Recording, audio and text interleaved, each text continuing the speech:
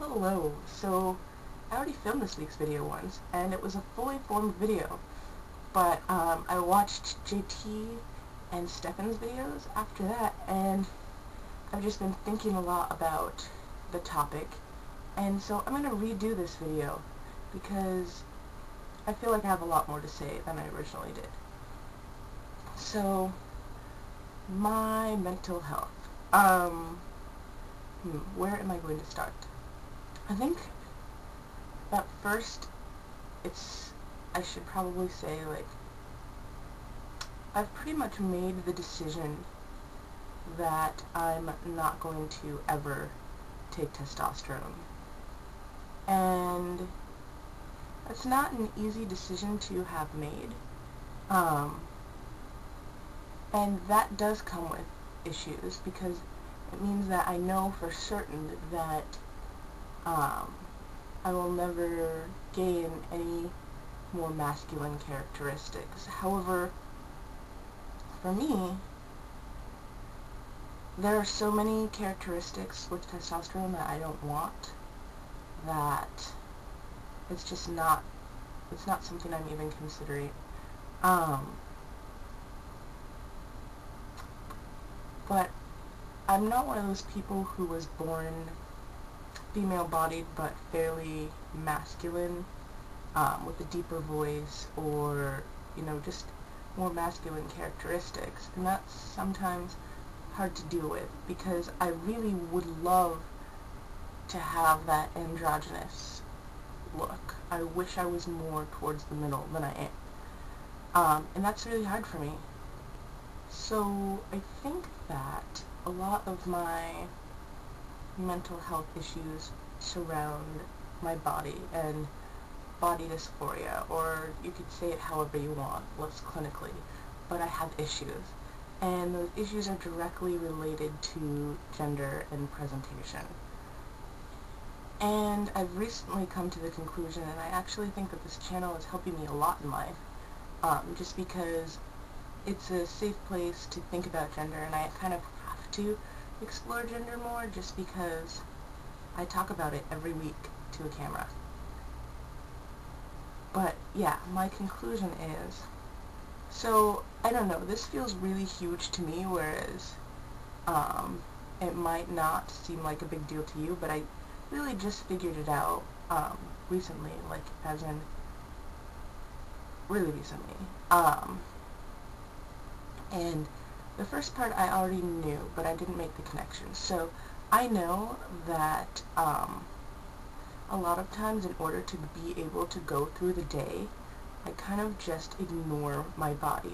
I don't think about it. I'm really good at that. So I'm really good at getting dressed in the morning, putting on my clothes, leaving the house, and then just not thinking about how I look or how the world is perceiving me. It's kind of a coping mechanism, because I can't handle always thinking about the fact that I'm being perceived as feminine. I can't handle that my breasts are large and that people can see them. So I just don't think about it. So what the conclusion that I've come to, though, is that the fact that I ignore my body has put me in a position, where I'm overweight. And I've thought about this before, like I've talked about this in a lot of videos, because I think it's been something that's been building in my mind, and I haven't quite understood it until this point. But in order for me to lose weight, I have to think about my body, and I can't do that for long periods of time, because it messes with my mind, it messes with my mental health, and I just get upset. So that is definitely something that I'm going to have to reconcile, and I think I'm making the decision that it is something that I'm going to force myself to think about a little more, and see how that works out. So that is definitely one part of my mental health that is upsetting. The second, and to go with that body dysphoria, I've been having a lot of issues with my chest as of lately, because, again, because I've been thinking about it, whereas normally I try not to think about it. And I've actually pulled back from thinking about it a little bit right now, but basically I don't know what I want to do, and that is really upsetting to me, because on the one hand, like, my chest is upsetting. Like, I know I keep saying upsetting, but that's the word I use, so deal with it. It's big, and it doesn't make sense to me. Like, again, I just ignore it and pretend that that's not an issue. On the other hand, and I don't hear a lot of people talking about this, but the idea of having a surgery to modify my body, it doesn't exactly sit perfectly with me. Like, it's fine when other people do it, and I'm envious. But I don't know if that's okay with me or not, as far as my own body goes. And I don't know how to deal with that, because thinking about never having surgery is something that I can't do the same thing that I can do with testosterone and just say, it's not for me. But on the other hand, like, cutting off pieces of my body, it doesn't scare me, and, like, I'm not afraid to have the surgery. It just bothers me, if that makes sense. So I think that would count as a issue of mental health, right? I don't know. So another thing that I wanted to talk about was some of my strategies in regulating my mental health when it comes to being genderqueer.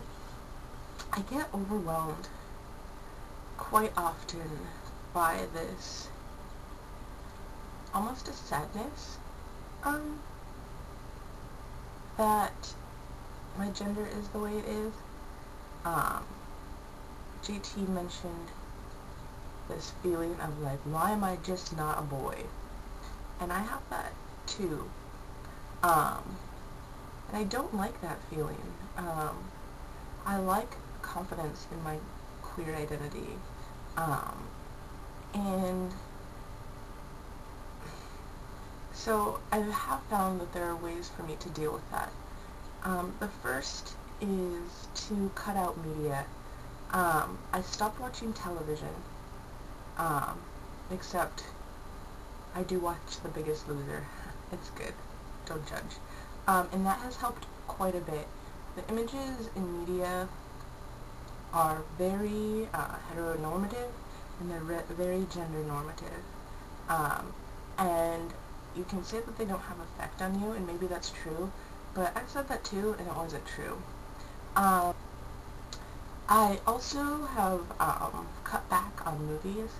I love movies, but as far as movies in the theater go, it's hard to find movies that aren't very gender normative. And I can handle them, it's fine. As long as I don't go see them often, like, in strings, it's good. And then, you know, I just rent Netflix. I love documentaries. I love things that are real, because in real life, gender is much more skewed than in the movies. That has helped a lot. And another thing that has helped me, and this might be controversial, but I'm sorry, I